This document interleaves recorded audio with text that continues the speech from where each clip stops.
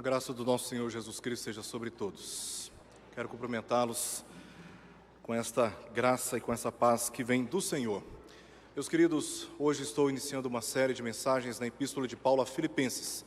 Eu peço aos irmãos que abram, por favor. No primeiro capítulo nós leremos os versos 1 até o verso 11. Lerei aqui na versão Almeida Revista e Atualizada. E o texto da Palavra de Deus diz o seguinte: Paulo e Timóteo, servos de Cristo Jesus, a todos os santos em Cristo Jesus, inclusive bispos e diáconos que vivem em Filipos. Graça e paz a vós outros da parte de Deus, nosso Pai, e do Senhor Jesus Cristo.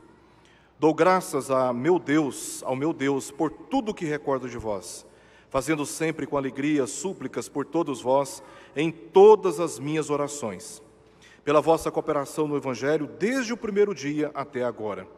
Estou plenamente certo de que aquele que começou boa obra em vós há de completá-la até o dia de Cristo Jesus.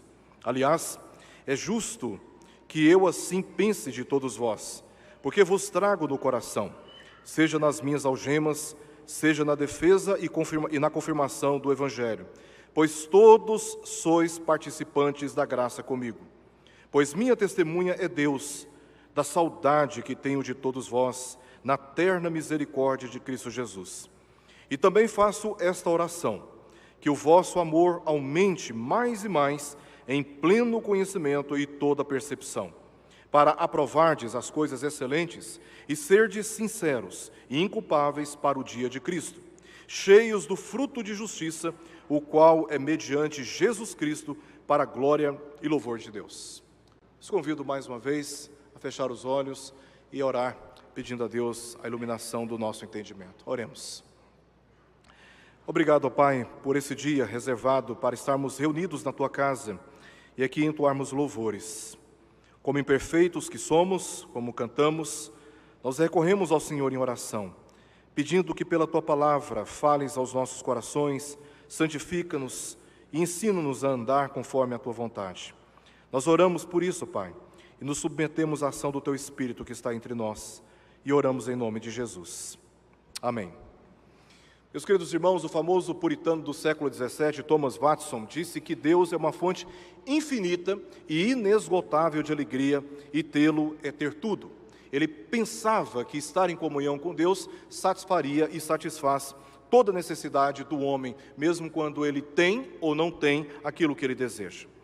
Numa compreensão equivocada e simplista, teólogos da prosperidade espalham o engano, a mentira, de que crentes fiéis, eles não passam enfermidades, eles não enfrentam fracassos, mas prosperam nas alegrias que o mundo tem para oferecer.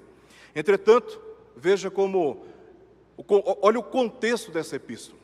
Quando Paulo escreve essa epístola e destina aos filipenses crentes, ele se encontrava injustamente preso. E quando nós vamos para Atos capítulo 16, verificamos que a prisão foi tão injusta que eles resolveram soltar Paulo às escondidas. Mas Paulo disse: não, sou cidadão romano, não passei por um processo regular, e se me prenderam publicamente terão que fazer uma retratação.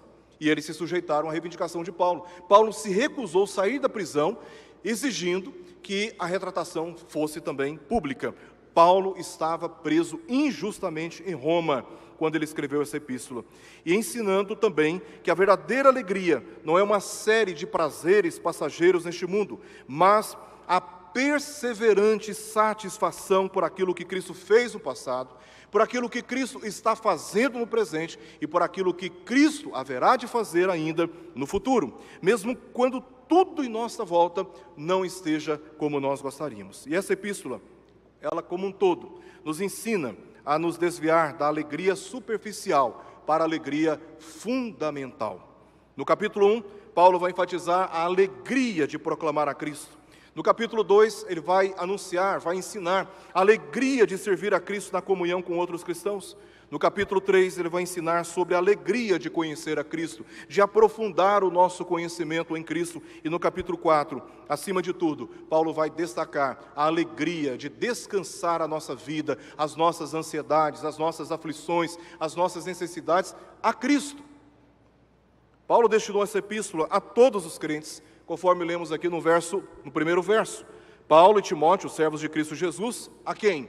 A todos os santos em Cristo Jesus, inclusive a própria liderança. E aqui ele cita bispos e diáconos, que é uma referência contemporânea aos presbíteros e diáconos. Por que Paulo destaca aqui, menciona a necessidade de que essa epístola também estava sendo destinada à liderança? Por causa de um falso ensino que estava percorrendo dentro da igreja. Pessoas dentro da igreja estavam ensinando que para se tornar cristão, antes tinham que se tornar judeus. E é exatamente por isto que Paulo aqui chama a atenção da liderança da igreja para aquilo que ele vai ensinar em toda esta epístola. Os filipenses estavam crescendo e deveriam permanecer firmes no Senhor.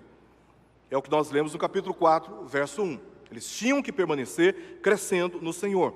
Por isso, foram exortados a fortalecer a unidade da fé. Você pode dirigir os seus olhos para aquilo que diz a partir do verso 27 do capítulo 1. Ele vai destacar essa necessidade dos crentes se unirem, comprarem ou se comprometerem mutuamente com a verdade do Evangelho que lhes chegou, e assim fortalecer a unidade da fé e também dos relacionamentos, é o que ele vai destacar no capítulo 2, versos 1 ao verso 4. Por que Paulo está falando sobre a necessidade de fortalecer a fé e fortalecer as relações cristãs? Para que a igreja resistisse à atividade dos falsos pregadores. Um problema tão antigo como também atual. Nós só resistimos estes falsos pregadores e as suas heresias se nós estivermos unidos na fé.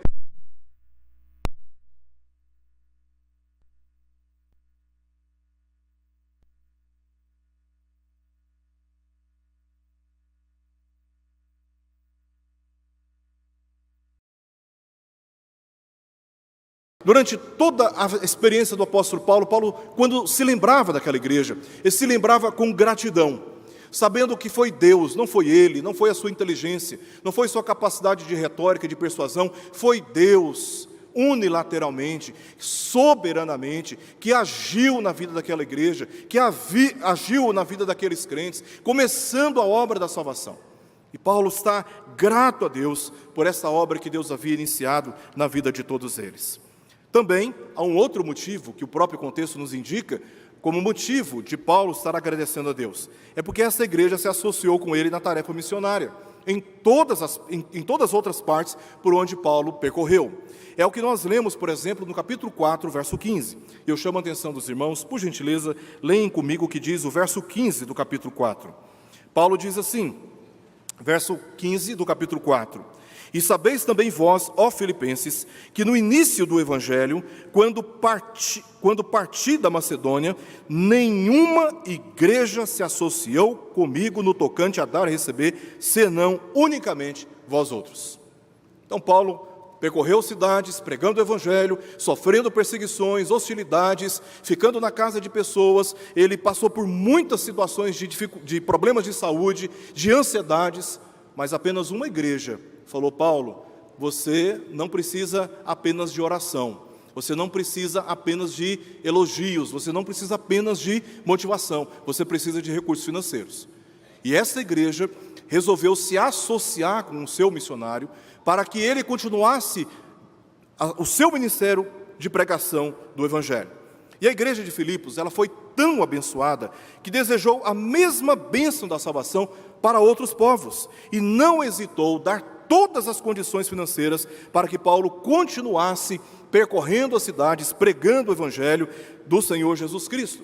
É o que nós lemos no verso 5, pela vossa cooperação no Evangelho, desde o primeiro dia até agora. Essa foi uma igreja muito comprometida, que perseverou e se manteve verdadeiramente comprometida com Paulo, não apenas com Paulo, mas por causa do Evangelho que Paulo estava pregando.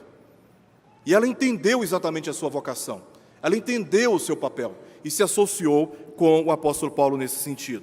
Então, neste curto espaço de tempo que Paulo permaneceu na cidade de Filipos, pregando o Evangelho de Deus, é que nós lemos em Atos 16, 12, Paulo ficou muito pouco tempo ali, e neste pouquíssimo tempo, os filipenses foram convertidos. Muitos filipenses foram convertidos por Deus, mas eles não tiveram a oportunidade de amadurecer a sua fé, tendo a presença do apóstolo Paulo instruindo e ajudando-os a compreender dimensões mais profundas do que envolve o Evangelho de Jesus. Mesmo assim, esses novos convertidos que estavam na cidade de Filipos permaneceu firme na fé. E Paulo recebe a notícia de uma maneira surpreendente sobre como aqueles crentes estavam crescendo rapidamente, demonstrando inclusive o seu comprometimento missionário.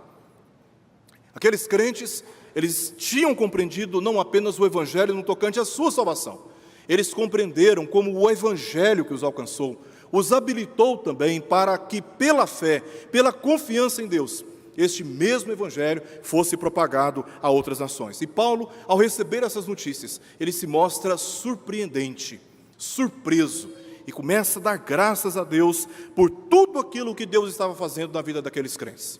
Deus começou a boa obra, eles estavam crescendo na fé e estavam inclusive se comprometendo com a obra missionária. Sinal de que mesmo sem a presença de Paulo, mesmo sem a presença daquele pastor, a igreja estava continuamente crescendo pelo cuidado que estavam tendo uns com os outros, motivo de ter agradecido a Deus, pois foi Ele que iniciou esta obra da salvação e estava completando como seu supremo pastor, é o que nós lemos no verso 6. Estou plenamente certo de que aquele que começou boa obra em vós, há de completá-la até ao dia de Cristo Jesus. E Ele está grato aqui a quem? Ele está grato não à igreja, ele está grato a Deus, que transformou aquelas vidas e que estava preservando aquelas vidas e usando aquela igreja como um meio para que o ministério da palavra propagasse para outras regiões. Mas Paulo não agradece apenas por esta recordação que ele tem sobre como os crentes em Filipos se associaram com ele ali no tocante à pregação do Evangelho. Paulo enfatiza nos versos 7 ao verso 8 uma questão mais aprofundada de como essa associação dos crentes com o seu ministério se deu. Ele diz no verso 7, aliás, é justo que eu pense, que assim pense, aliás, é justo que eu assim pense de todos vós, porque vos trago no coração, seja nas minhas algemas, seja na defesa e confirmação do Evangelho, pois todos sois participantes da graça comigo.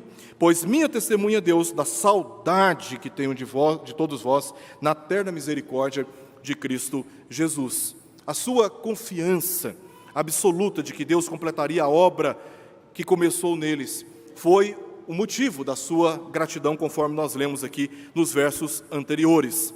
Mas também porque eram participantes da graça com ele. Isso compôs o motivo dele estar dirigindo orações a Deus por gratidão àquilo que Deus estava fazendo entre aqueles crentes. Eles eram participantes da mesma graça que Deus havia concedido ao apóstolo Paulo. Paulo, ele não guardava os filipenses apenas na sua mente. Nós lemos no verso 3 ele dizendo sobre essa recordação deles, essa memória, essa lembrança deles. Paulo diz que guardava aqueles irmãos também no seu coração. Eles estavam com aqueles irmãos, com aquela igreja, por um pouco tempo. Depois ele vai para a cidade de Tessalônica e continua fazendo a sua viagem missionária. Mas ele diz aqui nessa passagem que ele estava guardando aqueles crentes no seu coração. E ele se apresenta diante de Deus em oração, dizendo: Senhor, obrigado por aqueles irmãos. Graças, Senhor, eu te dou pela vida de cada um deles, sem distinção. Todos eles são especiais para mim. É curiosa a linguagem que ele usa aqui de afeto por esses cristãos. Ele diz no verso 7 que guardava aqueles crentes no seu coração. Depois ele diz no verso 8, apelando que o próprio Deus é testemunha da saudade que ele tinha daqueles cristãos. Ele reconheceu que a igreja era a sua retaguarda para enfrentar tudo o que enfrentava, além da certeza de que nenhuma circunstância era capaz de separá-los da graça que receberam de Deus. Nenhuma circunstância.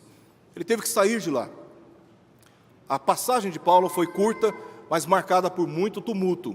Paulo saiu rapidamente daquela cidade. Aqueles irmãos ficaram para trás, novos convertidos. Mas Deus estava sustentando aquela igreja, como Deus sempre sustentou o seu povo, e sempre haverá de sustentar.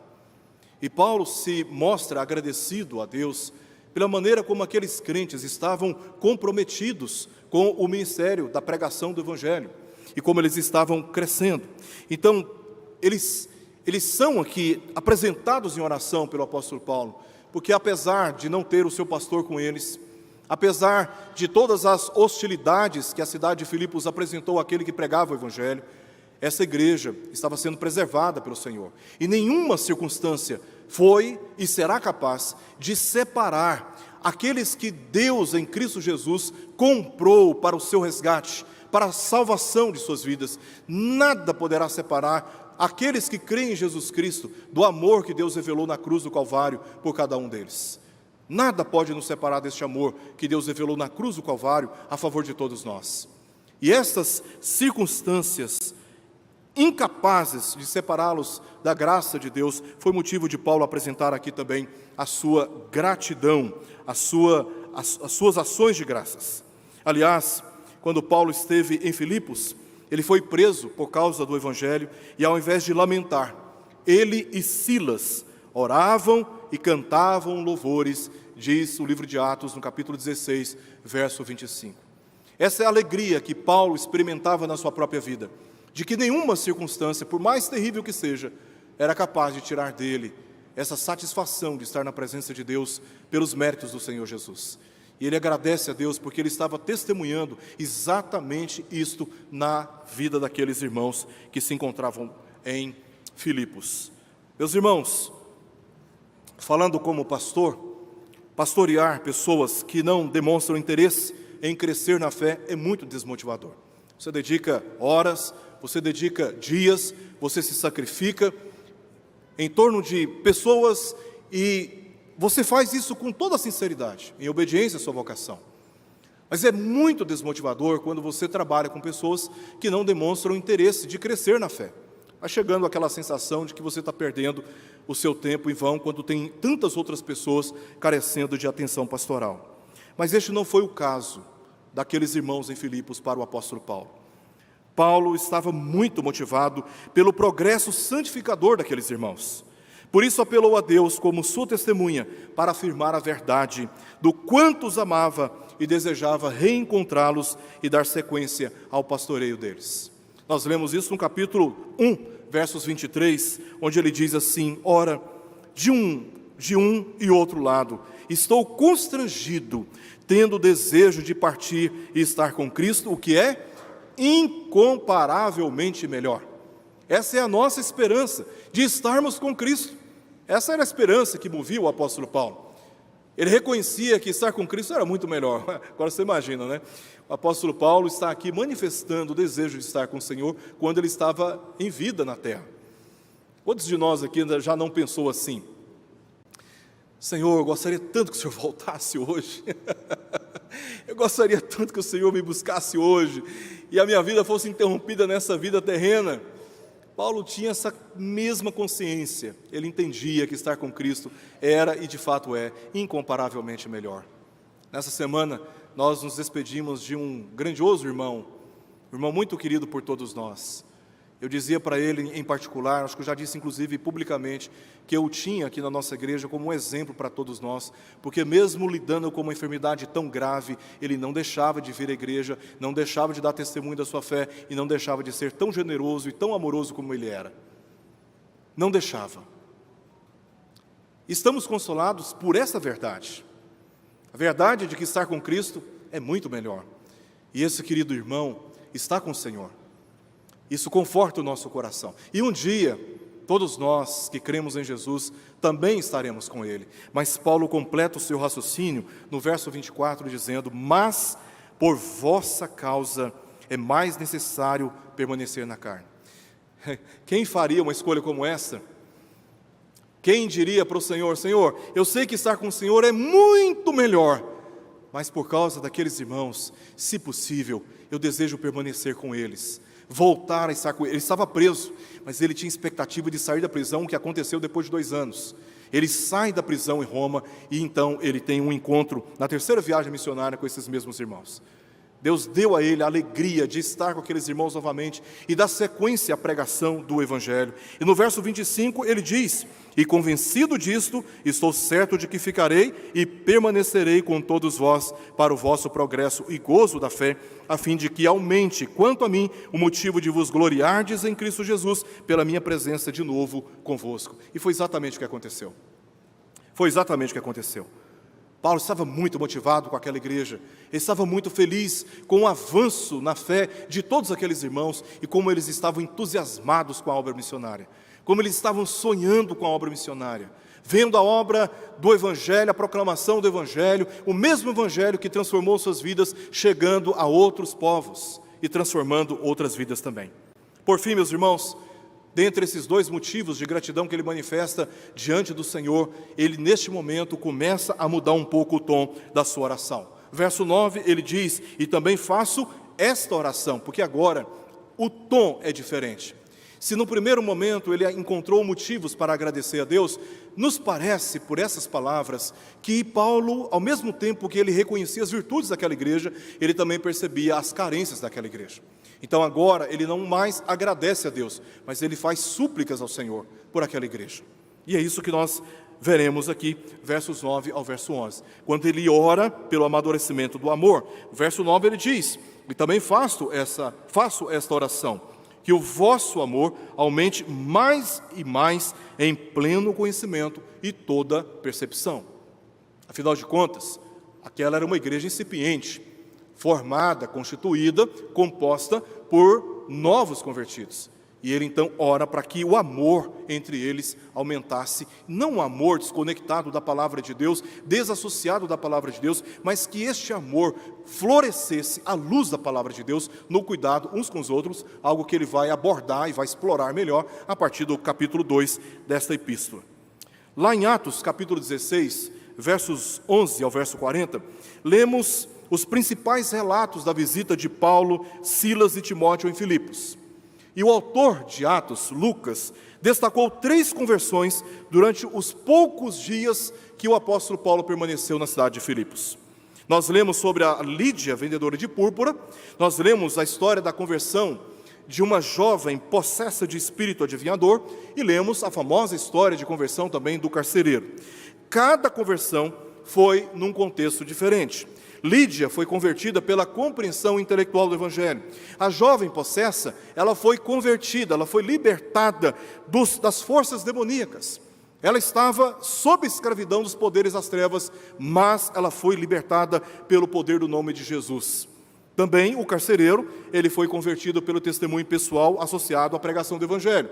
Ele estava guardando tanto Silas quanto Paulo na prisão, mas Paulo ali cantando e orando e demonstrando a sua alegria, mesmo com os grilhões, presos aos grilhões, quando Deus promoveu a libertação daqueles missionários, as cadeias se abriram, e muitos, diz o texto, estavam vendo o que estava acontecendo ali com Paulo e Silas presos na cadeia, no cárcere.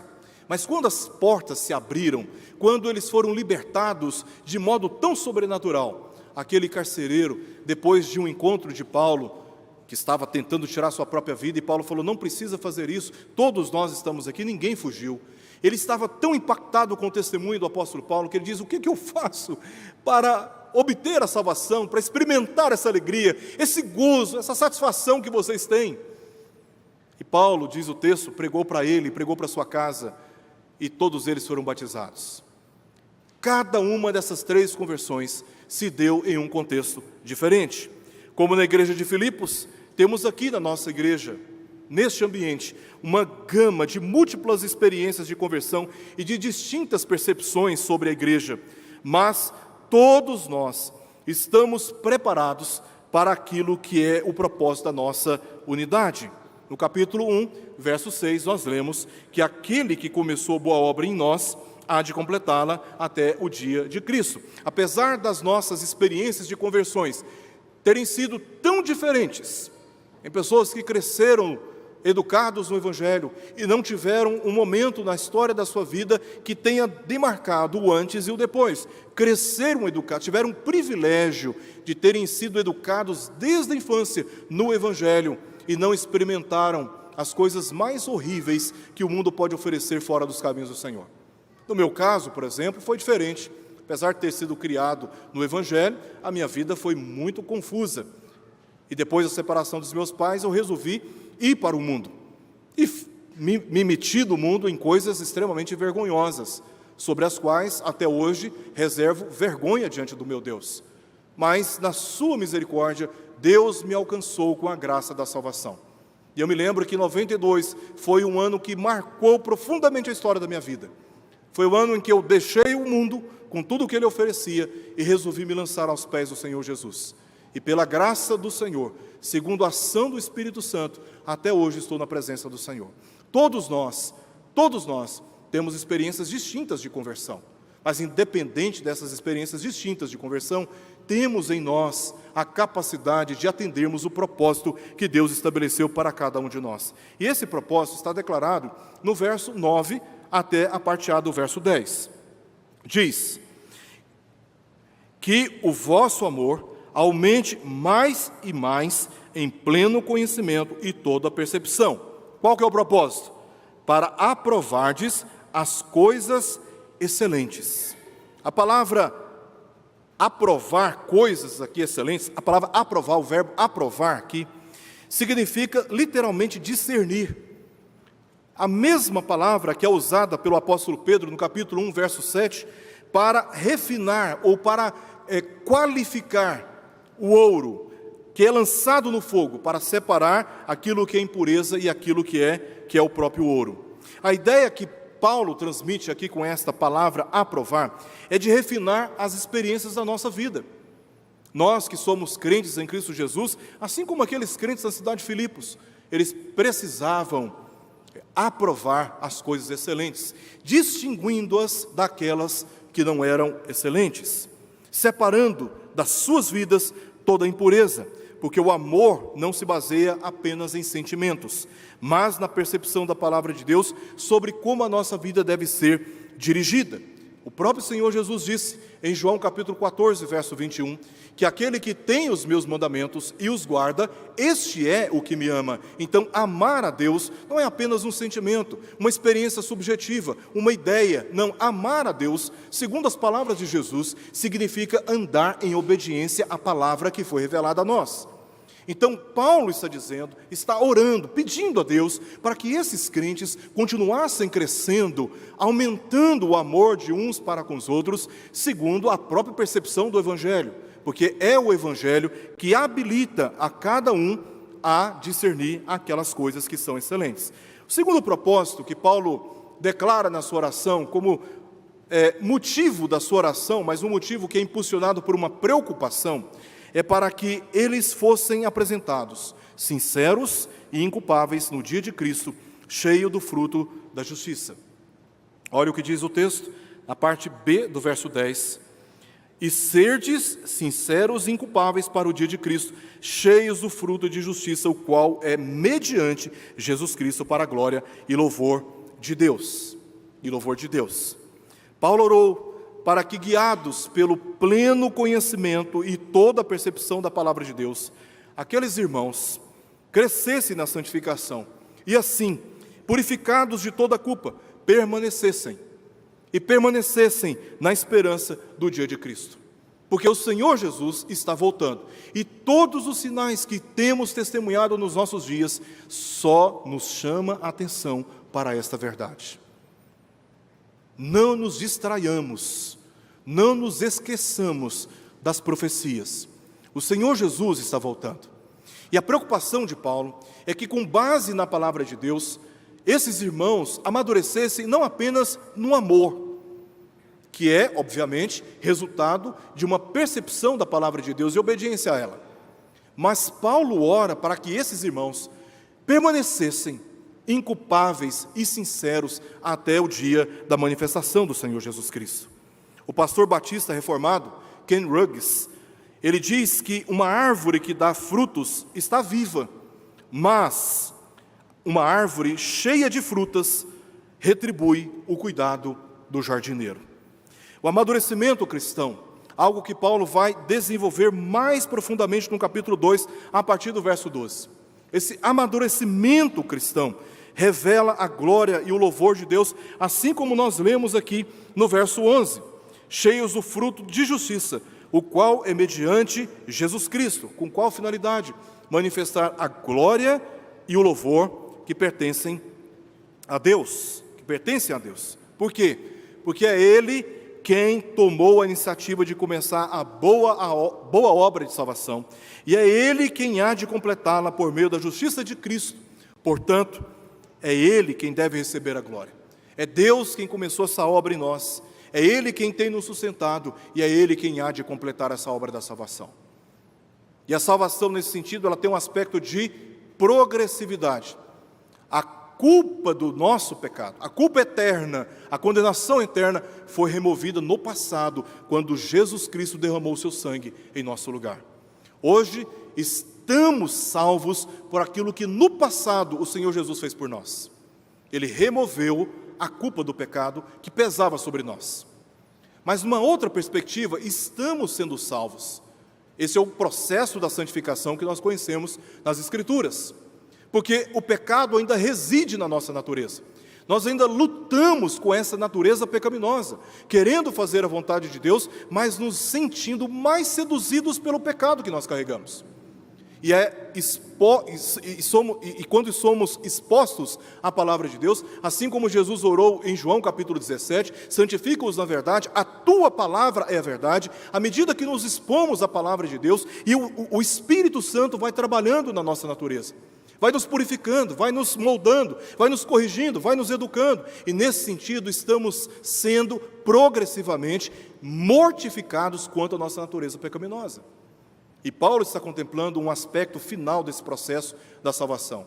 É que no dia de Cristo, essa presença do pecado em nós, ela será completamente removida. E então estaremos numa condição de perfeição na presença de Deus. Não haverá mais luto, não haverá mais choro, não haverá mais tristeza. O pecado que traz tantos danos para a nossa vida já não terá mais qualquer efeito na nossa experiência de vida. Por quê? Porque no dia de Cristo, essa obra será completada e então desfrutaremos plenamente da comunhão com o Pai e com o Filho Jesus Cristo. Eu quero terminar, meus irmãos, fazendo 3 considerações aqui finais para o nosso entendimento e para a nossa vida. A primeira coisa que eu gostaria de destacar é que a oração, ela deve ser movida pela gratidão.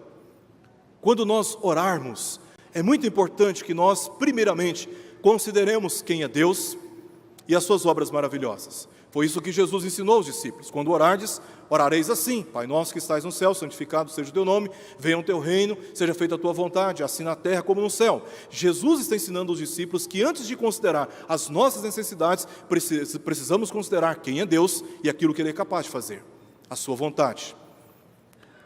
Este texto nos ensina a mover as nossas orações com gratidão. Geralmente as nossas orações sofrem mais pressão das nossas necessidades do que daquilo que tem recebido graciosamente pelo Senhor. Geralmente nós começamos a orar e não conseguimos parar de fazer petições. Nós temos muita dificuldade de dedicarmos, por exemplo, 2, 3 minutos apenas agradecendo. E este texto nos ensina, na experiência do apóstolo Paulo, que quando nós orarmos, nós devemos resistir à pressão que as nossas necessidades tentam exercer sobre as nossas orações e nos dedicar a agradecer a Deus. E quando nós agradecemos, o nosso coração é tratado e nós começamos a contemplar as coisas boas que Deus está fazendo na nossa vida pessoal, na nossa família, na nossa igreja. Quantas coisas boas Deus tem feito entre nós, motivo para agradecermos a Deus, apesar de nós. E Deus tem nos abençoado, tem nos agraciado, e eu tenho certeza, meus amados irmãos, que Deus haverá de continuamente abençoar e abençoar a vida dessa igreja, a vida de cada um dos irmãos. Eu tenho certeza absoluta disto.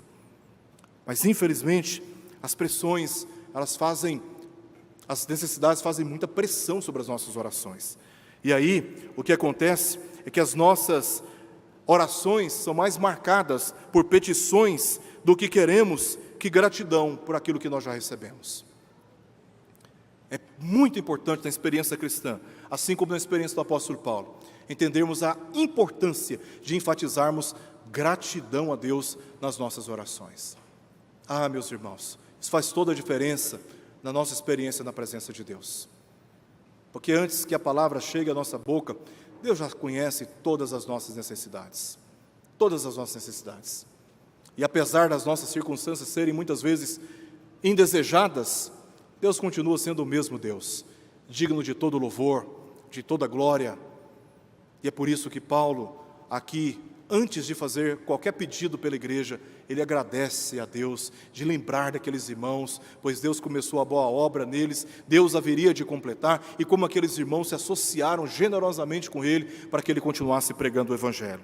Em segundo lugar, essa passagem também nos ensina a importância da relação do pastor com a igreja, e também a importância da relação da igreja com o seu pastor, pela oração.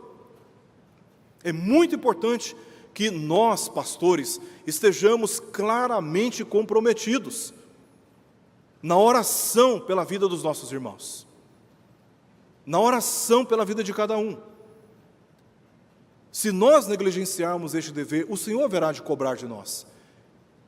E é obrigação minha, e é obrigação de cada um desses pastores, orar pela vida dessa igreja, orar pela vida dos irmãos. Sabe por quê, irmãos? Porque nós sabemos que não apenas nós, pastores, mas a igreja está sujeita a muitas tentações. Aliás, é em momentos como estes que temos experimentado como igreja de abundantes bênçãos, que corremos os maiores perigos da vida cristã. Porque embora estamos alegres e Deus está manifestando a sua alegria conosco, o diabo está furioso. E nós precisamos orar, e orar uns pelos outros.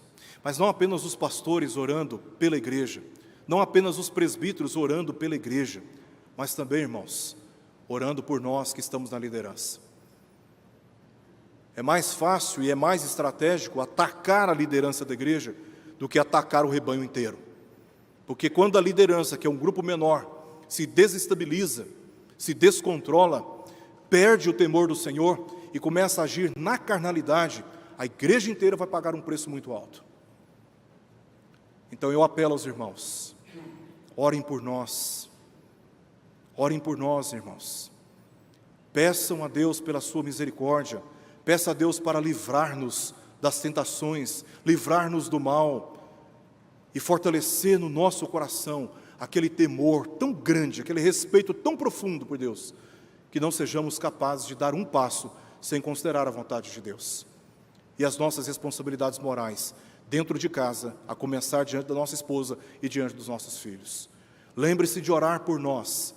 Paulo faz esse mesmo pedido à igreja de Tessalônica. Irmãos, orai por nós para que nos abra a porta à palavra. Ore pela sua liderança, ore pelo seu pastor. Essa relação com os nossos líderes e deles com a igreja engrandece a Deus que nos uniu pela mesma graça. E este texto nos ensina exatamente isso. E para terminar, meus amados irmãos, nos chama a atenção a ênfase que Paulo dá sobre a pessoa de Jesus aqui. Em 11 versos, ele faz referência 7 vezes sobre a pessoa de Jesus. No verso 1, ele declara que Cristo é aquele que chama ao serviço. Ainda no verso 1, ele chama a atenção que Cristo é a causa da santificação dos crentes. No verso 2, ele declara que Cristo é quem abençoa. No verso 6, ele declara que Cristo retornará e completará a obra da salvação. No verso 8, ele declara que Cristo é a fonte do afeto misericordioso que uniu a igreja. No verso 10, ele declara que Cristo é o supremo juiz que virá julgar a todos. E no verso 11, ele declara que Cristo é o meio pelo qual a justiça se revela nos crentes. Paulo compreendia que a igreja não é resultado do trabalho de nenhum pastor e de nenhum de seus membros.